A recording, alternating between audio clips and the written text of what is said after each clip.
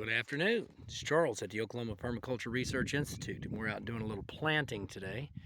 It is March 9th, and we planted beets and some carrots and radishes, and a few mixed in with parsnips.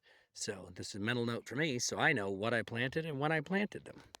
So in this bed, I have double row of beets on each side, and I planted with Thorvin and organic alfalfa pellets. In there is an amendment, and this is carrots on the outside with parsnips on the inside and a few radishes in between. So the technique is parsnips take quite a few days to germinate, carrots take quite a few days to germinate, and by the time the radishes are coming out, those guys are just getting established. So they're maybe 1 foot apart on the radishes, so there's quite a bit of spacing between them, but it allows us to have multiple crops coming out at a single sowing. So anyway, we're going to make notes of that, and I think we're going to head over to some trees and look at some pruning. All right, here we are over at a small apple tree, and we're looking at pruning this guy. He's gotten a little out of hand. I didn't prune him last year, but I like the way everything's looking on this one. So for me, I'm looking for branches that are crossing each other, and this is the skeleton framework. Let's back up. So when I'm looking at this tree, I'm looking at the limbs that I expect to grow large. So these little limbs off the trunk, which is by scale, maybe, I don't know, 1.5 inches across.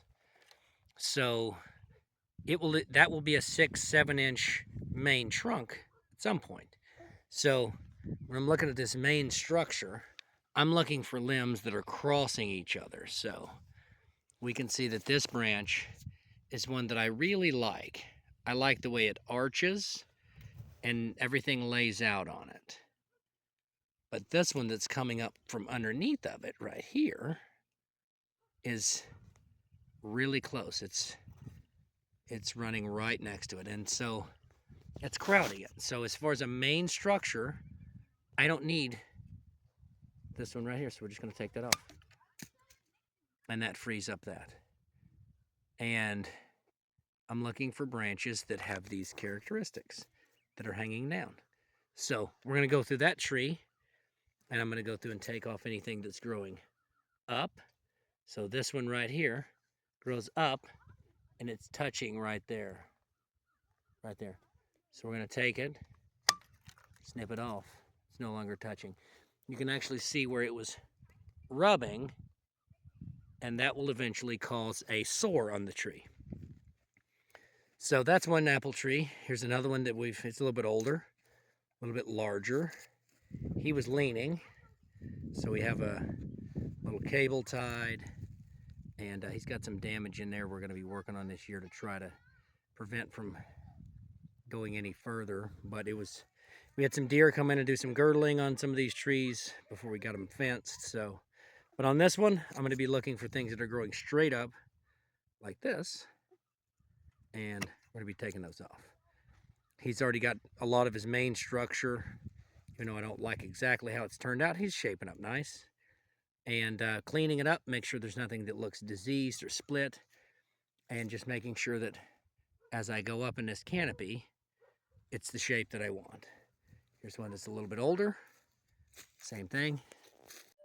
See, we can see this main trunk structure now on this older tree. This is a larger base, and here's are my main branches that I have coming out. And we're going to still be doing that same maintenance. Anything that's growing up into the middle, especially with inside this first few feet of major limb, we're going to be taking those out. And so trying to cut right up to the edge, leaving a nice clean cut, clean as you can get it, but not damaging the tree. Right up to the collar, but not cutting into the collar. So my snippers need to be sharpened a little bit, but that's the main. And then things like this, where this branch is growing back into it, I'd be pruning those off. Boop. Taking those off, just like that. And cleaning this tree up. Yeah? Get your arm stuck? Okay. Stuck. My helper is strapped on my back in a papoose. Got her arm stuck. But that's what we're going to be doing here on these trees. Pruning them up. Again, it's March 9th. Maybe a little bit late, but most of our trees are not swelling yet, but we can definitely see what was damaged, if any, from the freezes. And this one is one of my favorite trees, but it is out of control. So there's going to be quite a bit of pruning in here. Rule of thumb, we're going to try not to take more than 1/3 of this tree. Give it a reshaping, but we'll take some pictures after it's all done and see what things look like.